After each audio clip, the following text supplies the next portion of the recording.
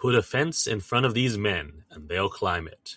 We are the Spy-Fi guys, and this is The Great Escape, Part 1. Welcome to the Spy-Fi guys. So I apologize to the universe for that. Yeah. Wow. Justice for Dennison. Is it, though? I laughed, and then I hated myself for laughing.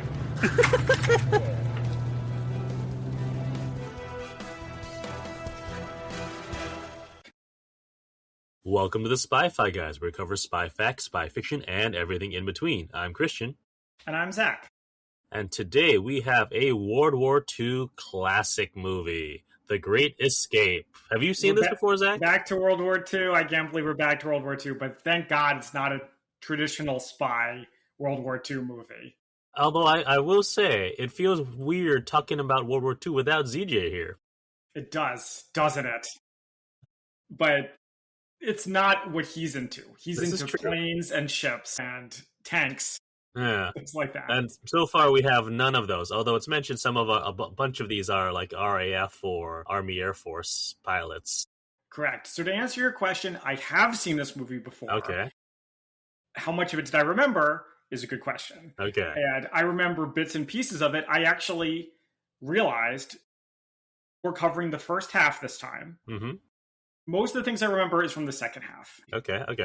What I remember the most is the music, the song, the theme song, which I thought was Hitler Only Has One Ball, the song. Do you know that song? No.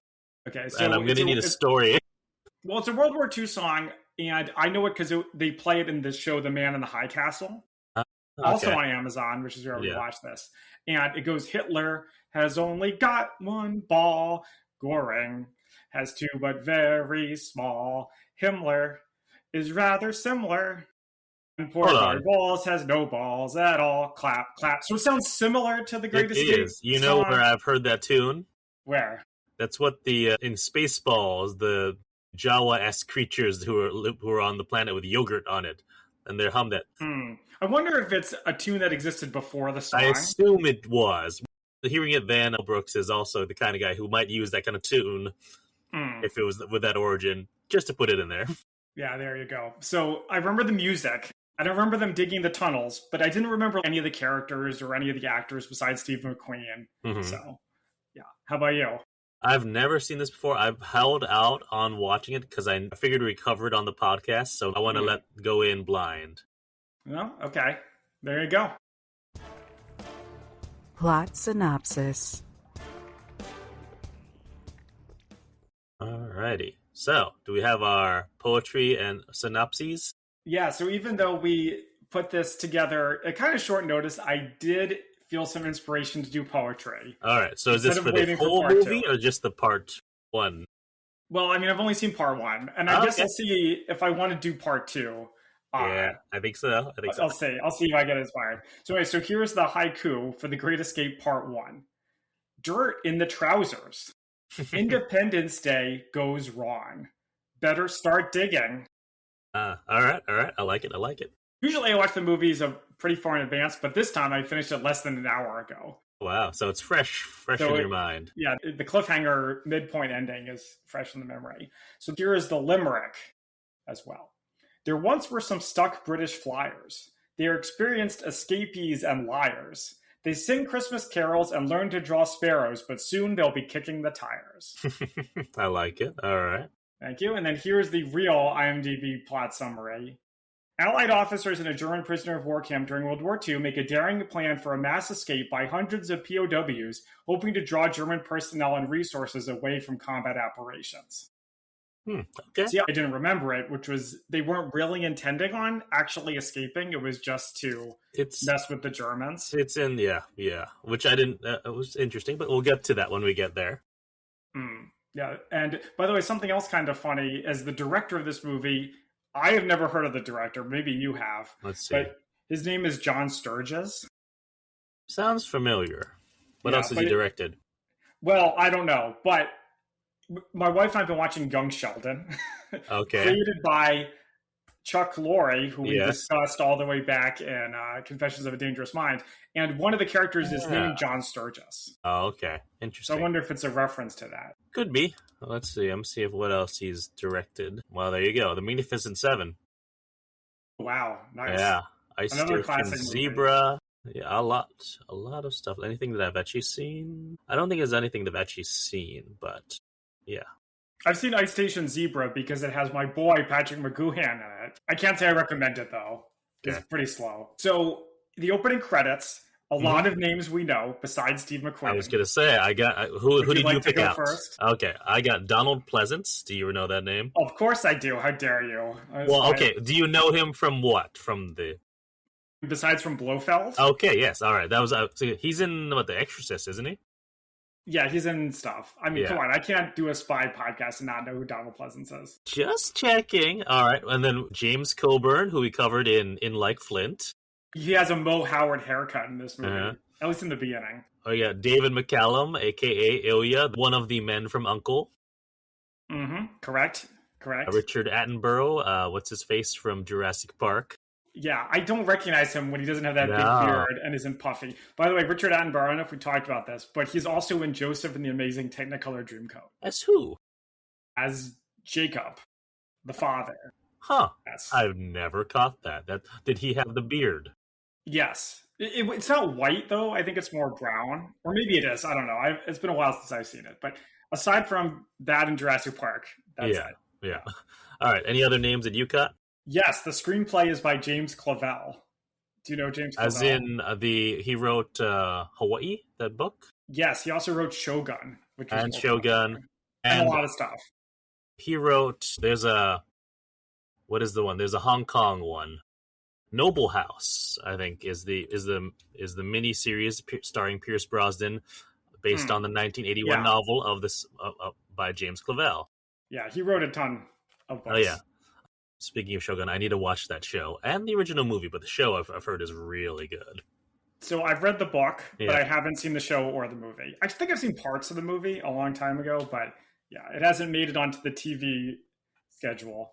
Noble House is fun with Pierce Brosnan. It's Pierce Brosnan being Pierce Brosnan, so of course it's fun. Yeah. I didn't realize that, James Clavell. Interesting. Mm-hmm. I think this is one of the most unique, this is a true story. Right. Things. This is a true story, although the characters are composites of real men and the time and place have been compressed. Every detail of the escape is exactly the way it happened. Or is it? Every detail of the escape is the way it really happened. Which is good. At least so far in the first half, they haven't done anything that stretches beyond the bounds of credibility, even though it is pretty amazing. So, yeah, we start off with these trucks that are holding prisoners, then they bring them to I don't have down what the name of the prison is, do you? It's like something 3. Sure. There is a name. Stalag Luft 3. Okay. Kind of similar to Stalag 17. I don't know. And I do not understand that reference. It's a movie called Stalag 17. I don't know anything about it. I think it's another POW. Yeah. Well, then probably. But yeah, so the trucks unload, and we meet many white characters. Yes, correct. Many white men. Yes, it's one of those movies. It is. And one of them is already talking about starting a tunnel. We get our first glimpse of the Cooler King, a.k.a. what's his actual name? Steve McQueen. Hiltz, played by Steve McQueen. I love how in the first hour of being there, a bunch of people jump into trucks and things like that. Yeah. It's pretty funny. We also meet the senior British officer, Group Commander Ramsey, who has made the liaison between the commandant of the camp and the prisoners. And we find out that this particular bunch of prisoners have had many attempts at escape. Correct. And that this is a new camp that was especially built to be inescapable. There's a part where he goes through the names. Yeah. The commandant is saying a bunch of names, and we don't recognize them. But there's a part, and this made me wonder, and they explain it later, where they say, this guy escaped, recaptured, escaped, recaptured. And I'm like, how bad is this guy at fighting a war that he gets captured 3 times? But then I was like, okay, so he escapes from the camp. He wanders around Germany for a while until eventually they pick him up again. Yeah. It's not like he goes back to the war. No. Fights the war, gets captured again. I mean, I'm sure there are stories where that happened, but not. But no, this is definitely they didn't get far enough, which is why later on we'll find out that they really need maps and identity papers and all these things to actually escape fully. I like here. There's also a bit where the German soldiers at telling this guy's like, "How come you?" He's an American. He's like, "How come you're fighting with your enemies?" What do you mean our enemies? The Brits. They burned down your capital in 18 whatever. In 1812. And the American is like, "No, I don't think that ever happened. That's propaganda." Yeah, the Americans' response to that is not, that was a long time ago. Right. That's just what you think he would say, as opposed to you guys who are bombing us right now. Yeah, right. And then the Cooler King is looking around and looking pretty cool. I will say that A1, I believe it's an A1 flight jacket. I have one of those. Looks real cool. It's like more fitted than an actual A1 is, like to make him look even cooler.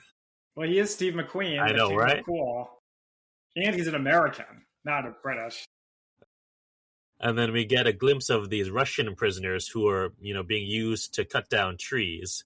And so we get our first big distraction. A bunch of the prisoners put on a show like they're having a fight, and a couple of the Brits try to blend into the Russians. Mm-hmm. So how do you think the Commandant figured this out? So I thought I said to my wife, who watched some of this with me, did he memorize what all the prisoners look like? Do you think? Or maybe he just saw them stealing the guy's hat. I think he just saw them do it. It's not like they disguised it very well. No. Yeah, and we get the Cooler King gets out a baseball mitt and a ball, and he finds a blind spot at the gate between two of the towers and throws the ball into the spot to see if either one of them noticed. So, Christian, did this make any sense to you? Yes? What's... So I was like, you look at the towers, and there are 4 sides to the towers, and there's a guard standing in the towers. So how could there be a blind spot if the guard can just turn his head and look down the road? I think it's a blind spot if they're not looking. Like, they're not looking there all the time. So Steve McQueen is like, this is a perfect plan as long as the guard never moves his head. Which, of course, is exactly what they do. He's planning on it using this in the dead of night, where they have, spotlights. So as long as the spotlights don't converge in that spot, they're okay. Well, in that case, he didn't explain it very well, because I was confused. And he walked to the fence in the middle of the day. So then I was like, what? Anyway, so another one of the Brits tries to blend into the Russians, and they get caught before they're leaving camp. We see one hiding in the truck in the discarded branches. This is Ives. He's Scottish. Yeah. And there's a lot more in the other trucks. And this is when the Cooler King uses the opportunity to stand in that blind spot. But he gets caught pretty quickly. Now, he doesn't get caught by the people in the towers. He gets caught by a guard on the ground. But that was also unclear to me. Yeah. And then once that guard caught attention, that's when they shot at his feet. Okay. That was also something I remembered from watching the movie before, is when he's throwing the baseball at the wall over and over again. Mm-hmm. Yeah. Well, we're not there. We'll get to that. Okay. Mm-hmm. Yeah, that's right. So, we find out his name is Captain Hiltz, and he has 18 escape attempts. He is a pilot, and so he gets sent to 20 days in the cooler. By the way, this was also interesting. They don't say when the movie takes place, but I feel like it must have been before America entered the war. Because all the Americans were flying with the British, they said. Oh, that's true. That's a good point. Yeah. Yeah, which means they would be in prison for a long time if they didn't escape. Well, yeah. Well, let's see. I mean, I suppose we could find out when the actual escape happened, which was in 1942 in March. Oh, wait, no, that was when it was founded. 1944, March. So it's after America entered the war. Okay. Well, close to the end of the war, then. Interesting. 2 years in. No, 3. 1941, December 7th. There you go. All right. All right, so where are we? Oh, yes. So they're sent to 20 days in the cooler, which is isolation, except they can still talk to each other. Yeah, I guess it's not true isolation. It reminds me of the shoe from Orange is the New Black. Never watched it. So it's a women's prison, right? The only thing they can really threaten them with is isolation or solitary confinement. Yeah. So we get some backstories about the guys. Yeah. And I felt a little bit offended. There's a part where Ives says he's 5'4", and he's not 5'4". At least the actor isn't, because I'm 5'5", and there's a part where he says that he was a jockey in horse racing. Yeah. I'm sorry, 5'4" is too tall to be a jockey. You have to be much shorter than that. Okay. I knew a guy in college who was shorter than me, and he was a what do you call those people on the rowing team? Crew? Coxswain? A coxswain. Actually, they asked him to be a coxswain. He said no, a coxswain for the rowing team. So you have to be really small to do that job. So I don't know. Anyway. And we find out that Cooler King used to ride motorcycles. Mm-hmm. And he's already planning another escape attempt. Mm-hmm. Yeah, they don't seem deterred at all that this is a special prison for people who are good at escaping. Yeah. But yeah, so this is the bit we get where he's throwing the baseball up against the wall over and over. Mm-hmm. Correct. Now, a new prisoner is brought to the camp, Bartlett, and here we get some infighting between the Luftwaffe, the SS, and the Gestapo. Mm-hmm. Like over who's got jurisdiction. How sad is that the Luftwaffe are considered the good guys, or the better choice? I also had an observation, which is in this part, this is going to sound kind of weird, but behind von Luger, who's the commandant, there's a picture of an airplane with a funny looking nose, like a snub nose on the plane. And that plane, not that exact plane, but that type of plane, I think is at the Air and Space Museum. You're probably right. Air and Space Museum. Yeah. So I thought that was, I noticed I'll have to look at that. But yeah, so we find out that Ramsey, the group captain, knows Bartlett, and he knows a whole bunch of the other prisoners who were put there, and he says almost the entire X organization. So there's a plan behind this. And Ramsey and Bartlett have a discussion about what's the focus of their action, because at this point Bartlett wants to, take revenge against the Luftwaffe and the SS and the Gestapo, but obviously they're with the Luftwaffe, and so they got to make sure they're focusing on just making sure that they use their resources wisely. And they're going to call a meeting tonight. So there's a part where the Gestapo and SS guys hail Hitler, or Heil Hitler, and then Luger doesn't heil them back, and they look all like offended. Which I think that's the thing in World War II movies, to show that like this German guy is not as bad as the other German guys, because he doesn't like a Heil like Hitler. He only does it because he has to. Mm-hmm. Also, this whole thing, we learn later that their goal is to disrupt the Germans, to make the Germans' life harder. Yeah. Did you ever watch Hogan's Heroes? Never did. No, but I know of it. So obviously it's a really popular show. And I tried watching at one point, and it was aggressively unfunny. That's really? what I remember. Huh. Yeah, it's just not funny. But that's what this reminded me of, where it's a more serious... This movie still has some good jokes in it, but this is a more serious version of that. Okay. But yeah, also we find out that Bartlett's code name is Big X. So he's the head of the X organization, as it were. This also reminds me of the Double Cross organization, right? From other spies. It's almost like it is a spy movie, as it turns out. Yeah. So Big X calls a meeting. They said they've already done survey, and huts 104 and 105 are the closest to the fence line. So they're going to dig multiple tunnels. They're going to call them Tom, Dick, and Harry. They're going to go 30 feet down, and Big X wants to bring out 250 men, but they're going to need civilian clothing and papers for everyone. Yeah, they're so organized. Do you think this was a British production, because it makes the British look a lot better than the Americans? Or maybe that's just an accident. Did artists? Yeah, that's not. I mean, United Artists made those James Bond movies. It did, but they're not explicitly British. Okay. But I don't know. I mean, the British are like the stodgy ones who do everything by the book. The Americans are the cool ones. So I guess there you go. So I love moral dilemmas, and there actually is a moral dilemma in this part, Christian. Do you remember? I do not. What is it? So they're like, we're treated pretty well here. Yeah. And if we escape, or if we try to escape, or if people do escape, they'll treat the rest of us worse. So it reminded me of Harriet. That's a callback to Harriet, right? Yeah. Where her situation is terrible. But if she tries to escape, it could just make things worse. So, like, what do you do? Yeah. Obviously, there isn't much moral antagonizing about it. In this movie, they just decided to go ahead and do it. But also, my wife was watching this, and she said, it seems like they have a pretty good situation, right? They're not fighting the war, so they're not going to get killed. And they just have to, like, not do anything, and eventually they'll get let out. And I said, well, the problem is, first of all, I think they're treated better in the movie than they probably would be in real life. Yeah. And even if they're being treated well right now, there's no guarantee it's going to stay that way. Also, what if the war lasts for like 20 years or something? Mm-hmm. Just stuck there. Yeah. Also, like they say, it's their duty to try to escape. Mm-hmm. Exactly. So how do you like that? I answer my own question. We meet a couple more characters here. Blofeld, aka he eventually shows up. Blythe. It's weird to see him acting mostly normal and not like Blofeld. He still seems like creepy. It's stuff about him, yeah.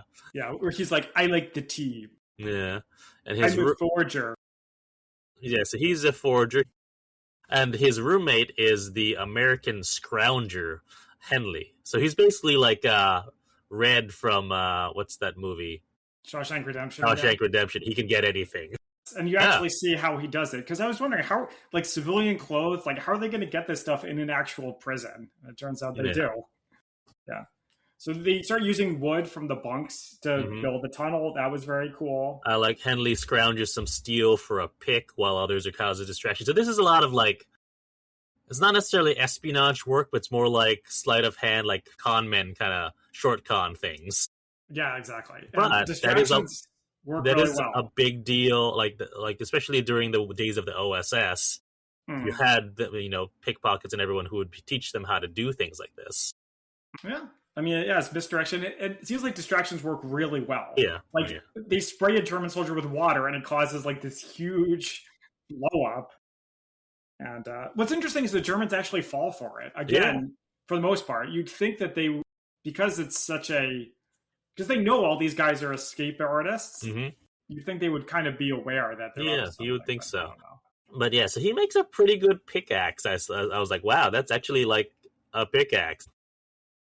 It looks good. Anyway, so they start digging. The lead digger, Danny, is working on like a bunch of different tunnels. At one point, the guards come in while they're digging in the bathroom, so they have to get him out and get him in the shower. So, do you remember the part where they have a guy panging a hole and they time the blows? So what did that remind you of anybody from a long time ago, the Spy-Fi guys? No. What? Oh my god, do I remember his name? What is it from? Oh my god. The guy who almost blew up Hitler.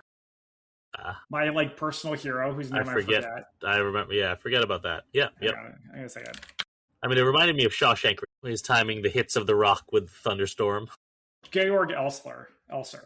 I don't think I would have remembered that on my own. But yeah, so according to the book that I read, Countdown to Valkyrie, he also would time his hammer blows with sound so that it wouldn't get heard.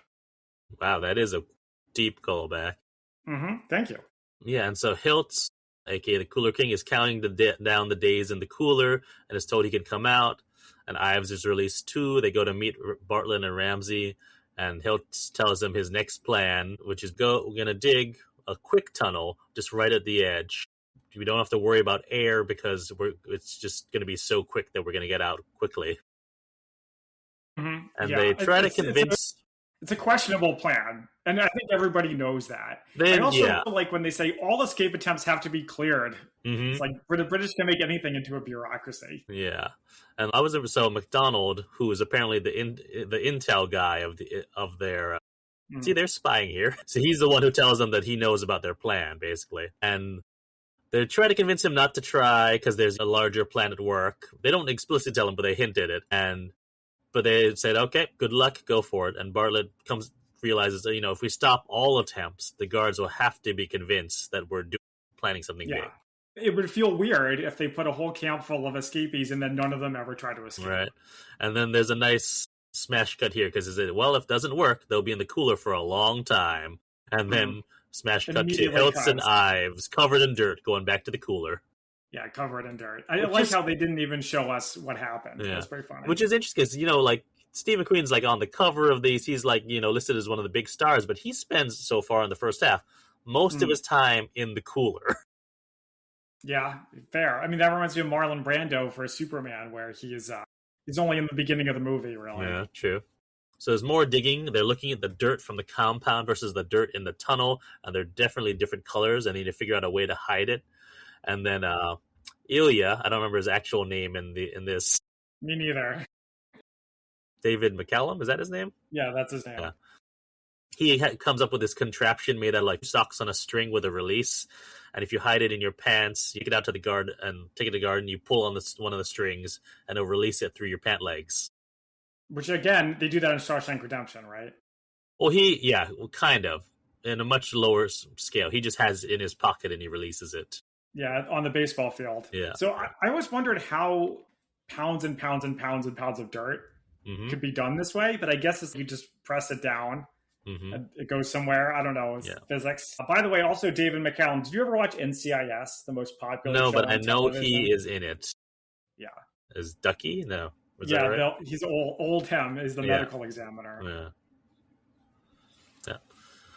Where was it? Oh yeah, so I liked how they take it out to the garden plots.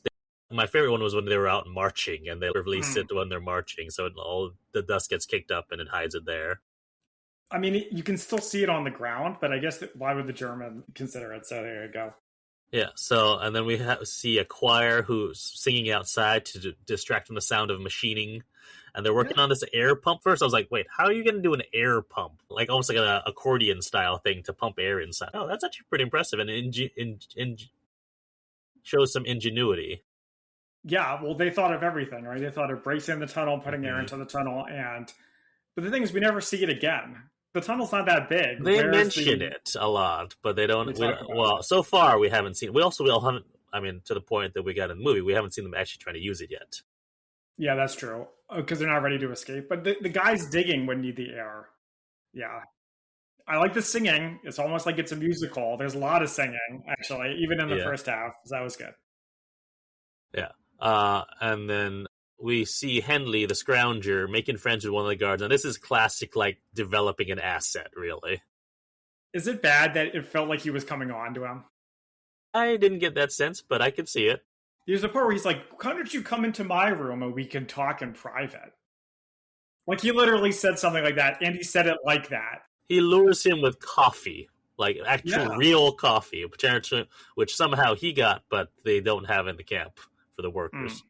Yep. And I like how they start bonding over how the fact that they were in the Boy Scouts together. And then we're going to mention that, he had Werner, the guard, had 19 merit badges, whereas Henley had 20, and Werner makes the excuse of, I was working on my 20th when they canceled the Scouts and changed it into the Hitler Youth. Yeah, there's a part where he has von Luger's, like, broccoli or something. I don't know, something like that. And the guy gets all mad. He steals his wallet while he's, like, hugging him. Yeah. But then I guess he never gets in trouble for stealing von Luger's stuff. You skipped ahead. The part that I enjoyed was him, as he's getting... he's looking for the coffee, and he had gotten all these sweets that, had been sent for the entire camp. And so he's, like, pulling out all these sweets to try to distract him. It's like, oh, look at what we have here. We have chocolate, we have marmalade, we have, von Luger's cream. Did you think he did that intentionally? Or just... it was totally intentional to get him, because he has one goal in mind, which is to get those papers. Oh, okay. And he knew he wasn't just going to give it to him. No. So.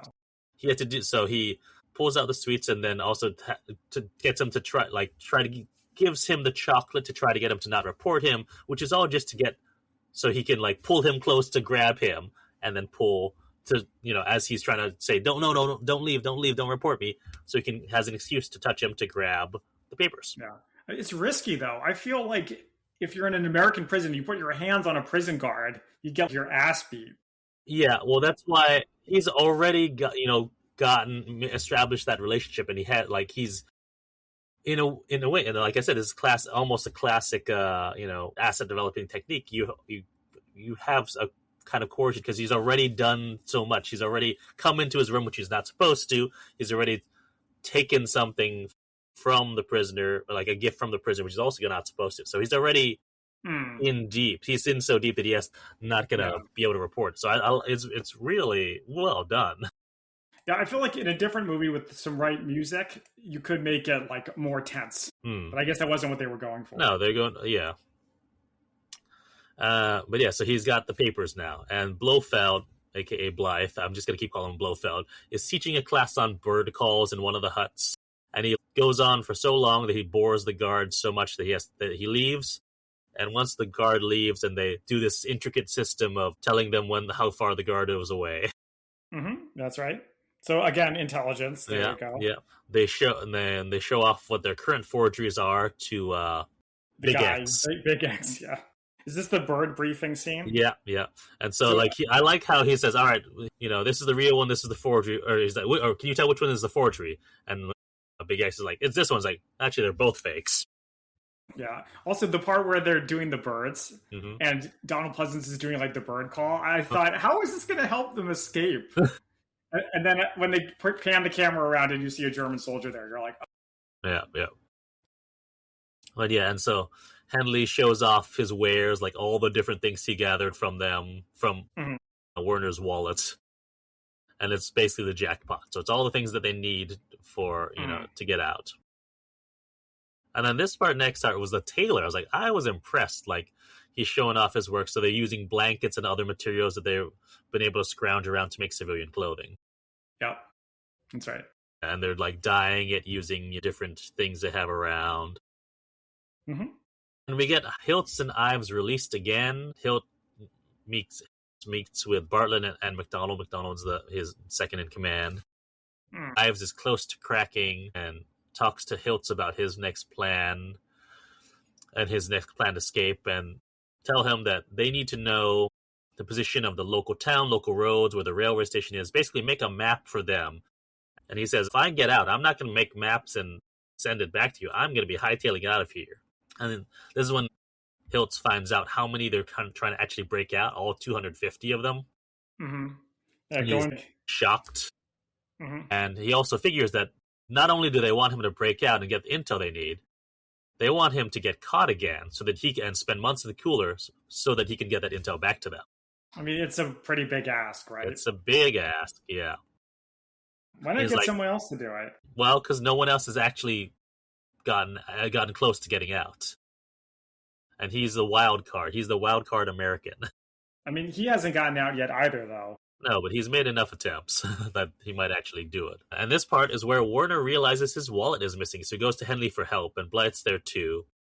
So I thought it was interesting. He thinks it's lost. It never occurs to him that in a camp full of enemy soldiers, that one of them could have taken it. Well, he, Henley picked his target well. Someone who was, naive enough to actually assume that they were friends, not necessarily, think about it in that way.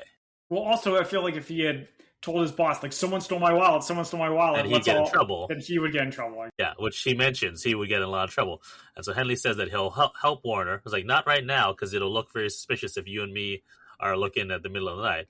But, I'll help you for a price, and it's the camera that Blythe wants, which he claims is for bird watching. So there's more digging. They have a real nice pulley cart system that I noticed. I'm like, wow, they really put this thing together. Well, the part with the tunnels stressed me out. Did you ever do like caving or like spelunking? A little, but not a lot. So I used to do it a lot when I was in middle school, and I thought I was cool with enclosed spaces, but I haven't done it again in a while, so I wonder if that's still the case. But yeah, it's pretty claustrophobic in there, especially the part where there's a collapse and the guy gets buried. Yeah, and they have to pull him out, and apparently it's the fourth collapse that day, but they need more wood to support the tunnel. So they're trying to scrounge all sorts of wood from the huts. Hiltz is helping by gathering the wood in his hut. He's, taking it from the bunks, and then Cavendish, the guy who is leading this choir, is like, I'm going to take a lie down. This is so much singing. And he jumps into his is a 3-tier bunk. He jumps into the third bunk and crashes all the way through all the bunks because Hiltz took too much wood. Yeah, haha, some good slapstick comedy. Yeah. Very funny. Yeah. My wife and I were wondering, like, is this going to work? Like, are they going to notice? Oh. Yeah. So Danny now has quite the tunnel system going. He makes his report to Ramsey. Hiltz is working on some new scheme, and they don't know what he's doing. He's buying up all the potatoes in the camp. Mm-hmm. Yeah, I kind of figured this out as soon as they saw some contraption. But the big news here is that they're sealing off Dick and Harry, and they're going to put all the effort into Tom because Danny's got the furthest on that one. So Hiltz and a few others who I realized later are all the Americans have some contraption with the potatoes. I'm like, is it vodka? Yeah. But see, I thought they were making the vodka so I don't know, so they could like make explosives or something. And there's a bit of that too. So I like how Hiltz raises a makeshift American flag, and then he has a makeshift cannon too. Yeah. To like wake everyone up. Which was why I was like, whoa, what's going on here? Are they going to plan an escape attempt with the alcohol or something? But then he brings out another American flag and a 13 pipe. Colonies flag. Yeah. That too. A flute. A flute, not a pipe. And something. A flute and the drum, and they do a Yankee Doodle March and invite all of the Brits for drinks. And it's not vodka, it's moonshine. As American moonshine. Yes. So I thought, obviously, they wouldn't be allowed to do this. Or maybe they would, but then why would they keep it a secret? Well, because, I think it's a surprise, and it's celebrating the 4th of July. Because we've had a lot of mentions about the Dark of the Moon, or whatever they call it, is on July 7th. So that's approaching. So I missed that it was in July. Because when they were singing the Christmas songs, I thought it was Christmas time. But then why would it be warm? And I was very confused. So I guess that cleared it up. Yeah. A bunch of the guards are about to engage, but the lead guard says, no, let them go. And all the Brits are appreciating the moonshine. But the guards take this opportunity to inspect one of the huts. And so the Brits alert Bartlett, and Bartlett says, no, you got to ignore it, because if we cause a big deal that they're in our hut, then they've inspected it 100 times already. But if we make a big deal about it, they'll know something's up. But they don't need to make a big deal. They could have just come in and said, like, hey, you guys want some drinks? Maybe cool. that might have been the better way to go. Yeah. Well, the thing is, sorry if I'm skipping ahead, but the one guy left behind who discovers the tunnel, if prisoners had come in and talked to him, he wouldn't have discovered the tunnel. Yeah, no, you're right. But I get where Big X or Bartlett's coming from, is that, we can't draw attention to it. Yeah, which they probably would have. Yeah. So I also wondered if the whole 4th of July party was part of their plan to lull the Germans to a false sense of security. Maybe. Yeah. Mm-hmm. And the guards notice that there's something off with some of the boards in the bunk. It's missing some pieces. And then one of them is pouring either coffee or tea and spills it. And he notices that when he spills it, it just goes, it gets absorbed underneath one of the panels rather than just staying as a puddle. And so he's like, wait, what's going on? So he pours more and just sees it go right through. And that's when they move the heater and find the tunnel entrance. Yep.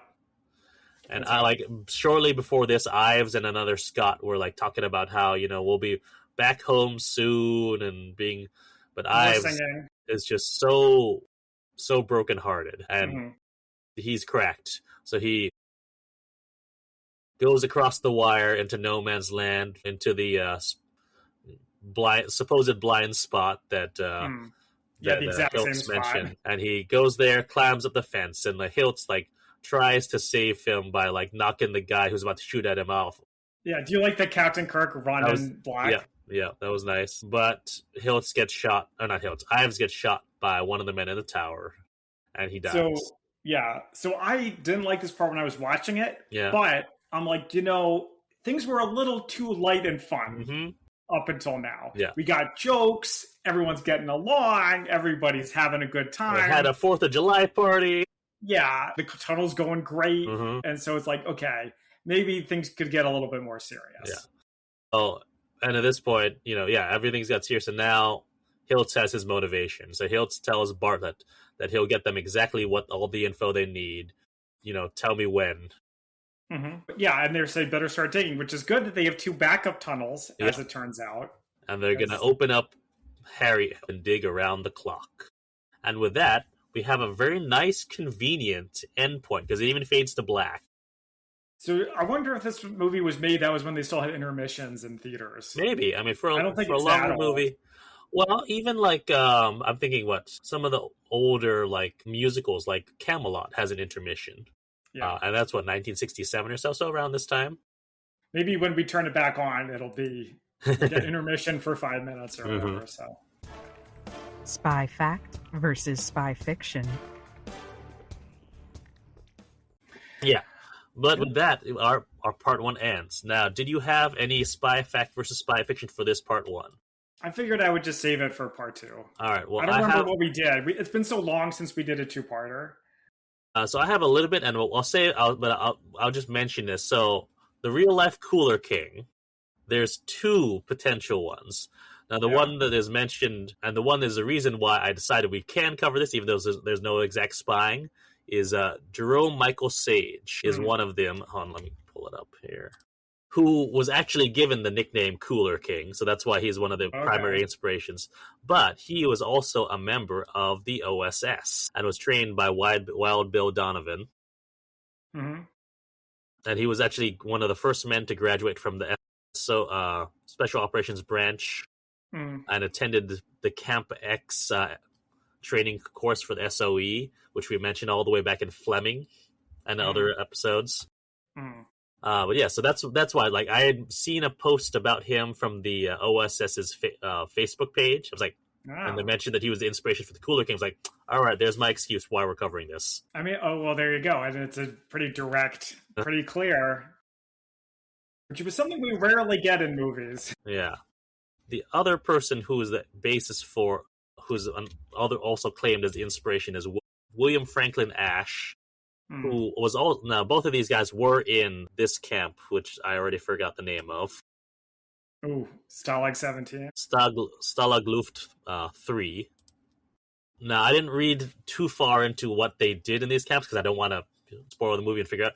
But there is a biography about William Ash called "The Cooler King: The True Story of William Ash, Spitfire Pilot, POW, and World War II's Greatest Escaper."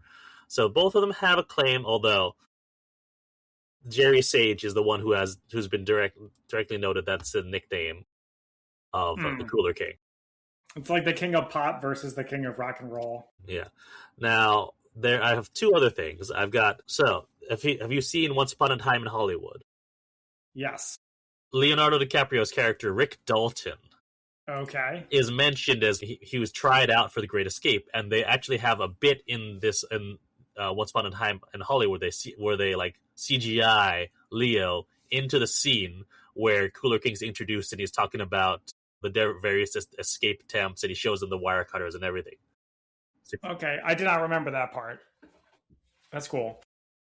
Mm-hmm. And I have one last thing. So, you mentioned the baseball throwing by the Cooler King. That is the inspiration for 2 character traits in TV and film. One which we've covered and one which we haven't. I'll talk about the one which we haven't at first. So, in the past year or so, I did a rewatch of The West Wing, and I've been listening to the West Wing weekly podcast. Now, the character Toby Ziegler, played by Richard Schiff, he has a character trait of he has a Spalding ball, which is like the inside of a tennis ball. Pink ball, so he would throw it against, when he was thinking, he would throw it against the wall and catch it. And he said that it was directly inspired by Steve McQueen in The Great Escape. So it's his nod to that. Yeah, like I've never seen The West Wing, but it definitely looks familiar. Like I've seen. You've seen it from Tom Cruise. Tom Cruise, okay. Mission Impossible Ghost Protocol. He has the rock that he has been throwing against the one. It's a rock, not a ball. And in the director's commentary, Cruise and McQuarrie said that's a direct inspiration.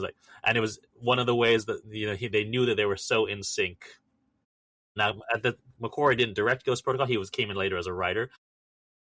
McQuarrie had this idea, and when they were reshooting the intro scene for him, where came on as a writer, and Brad Bird, he was either Bird or McQuarrie. It was the director or the writer who had this idea, and as soon as Tom Cruise came out of the scene, he's like, had the exact same idea. He's like, Cooler King, we should do that. And he's like, yep. So that's where they got that idea with him throwing the rock. All right. So, but yeah, we'll save a lot of the big spy fact versus fiction for the second part of this.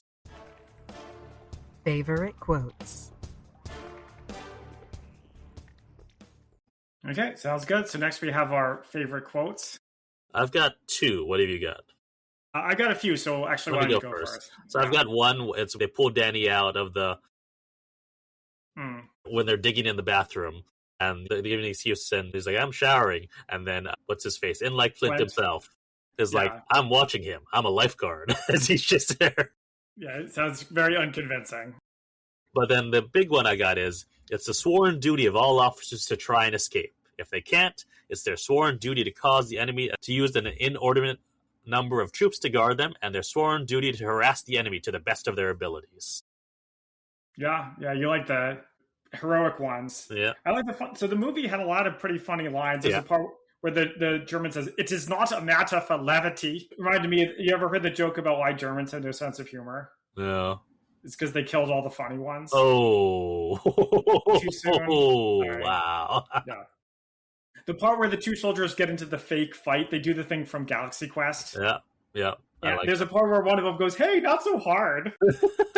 I thought that was funny. Steve McQueen says, "You want me to get out and then sit in the cooler for... I wouldn't do that for my own mother." So that was great.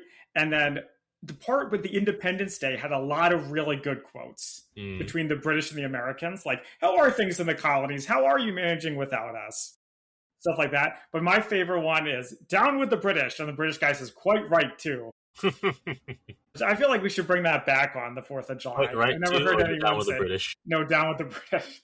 All right. So are we going to do a rating for the first half or save it for the second half? We could do a rating, yeah. I was hoping you would say no, because I don't know what to rate it. So here on the Spy-Fi Guys, we rate every movie on a scale of from 1 to 10 martinis, 1 being Avengers 1998 level bad, and 10 being even better than Mission Impossible Ghost Protocol that we mentioned before. So how would we rate The Great Escape Part 1? I mean, and we'll update these as we go. But at least for this first half, I'm really enjoying this. Like I said, it's not a traditional spy movie, but there's a lot of spy techniques being used, a lot of deception, a lot of distraction. So I would say I'm going to give this a solid 8 so far. I mean, I feel like a lot more is going to come, even though in the second half, and which may change my rating. But I'm really enjoying this.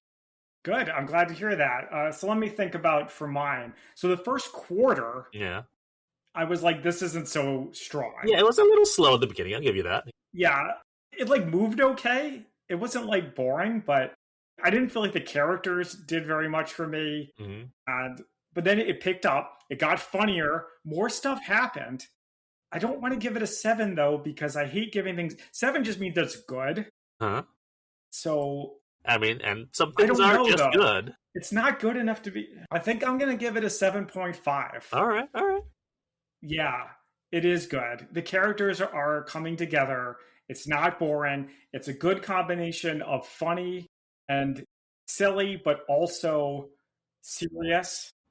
It could be a little bit more serious, I think. And I think we'll get more serious in this. I actually know that it does, because stuff I remember from the second half is pretty serious. Right. Also, I like the music. I like the singing. And I learned a bit. So, yeah, I think 7.5 is fair. I don't know. It may stay that way in the second half, I guess. We'll see. Yeah. But yes, so thank you all for listening. And tune in next month for our part 2 of The Great Escape. You can find us on social media at the Spy-Fi Guys on Facebook, Blue Sky, YouTube, and Instagram, and our merch store at redbubble.com. Until next time, I'm Christian. And I'm Zach. And we are the Spy-Fi Guys, signing off.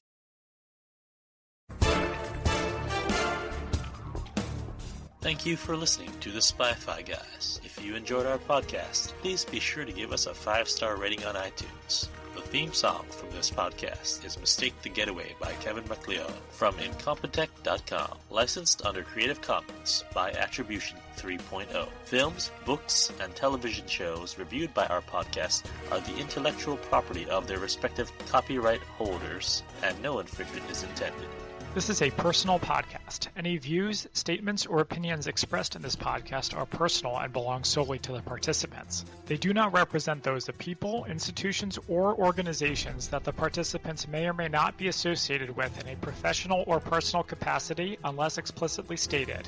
Any views or opinions are not intended to malign any religion, ethnic group, club, organization, company, or individual. You can find our podcast on social media at The Spy-Fi Guys on Facebook, Blue Sky, YouTube, and Instagram.